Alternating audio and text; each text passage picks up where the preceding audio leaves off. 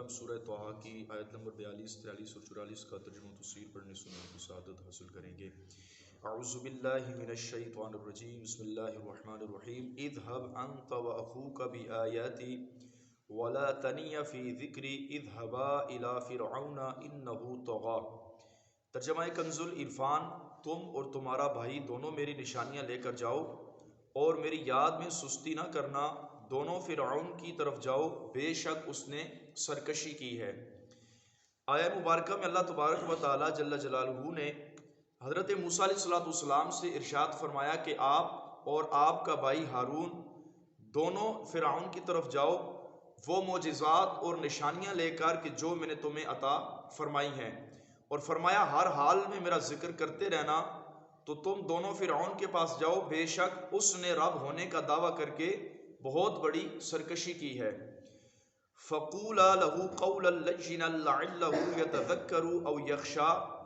تو تم اس سے نرم بات کہنا اس امید پر کہ شاید وہ نصیحت قبول کر کے ڈر جائے۔ ارشاد فرمایا جب تم فرعون کے پاس جاؤ تو اسے نرمی کے ساتھ نصیحت کرنا۔ بعض مفسرین کرام نے فرمایا کہ فرعون کے ساتھ نرمی کا حکم اس لیے دیا گیا کہ اس نے بچپن میں حضرت موسیٰ علیہ السلام کی خدمت کی تھی، اور بعض نے فرمایا کہ نرمی سے مراد یہ ہے کہ آپ اس سے وعدہ کریں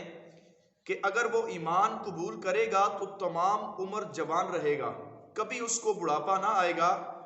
مرتے دم تک اس کی سلطنت باقی رہے گی، کھانے پینے اور نکاح کی لذتیں مرتے دم تک باقی رہیں گی، اور مرنے کے بعد جنت میں داخلہ نصیب ہوگا۔ یعنی اگر وہ ایمان لے کر آیا تو یہ سارے کے سارے انعامات اس کو دیے جائیں گے۔ جب حضرت موسیٰ علیہ السلام نے فرعون سے یہ وعدے کیے تو اسے یہ بات بہت پسند آئی۔ وہ کسی کام پر حامان سے مشورہ لیے بغیر قطعی طور پر فیصلہ نہیں کرتا تھا۔ اس کا دل ایمان کی طرف راغب ہو چکا تھا،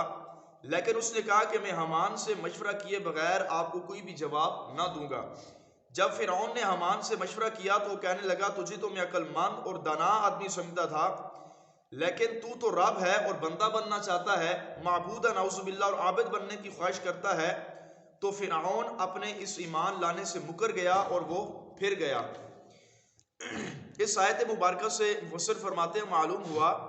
کہ دین اسلام کی تبلیغ نرمی کے ساتھ کرنی چاہیے، کہ نرمی کے ساتھ تبلیغ کرنے جو نرمی کے ساتھ اور پیار و محبت سے کرنی چاہیے،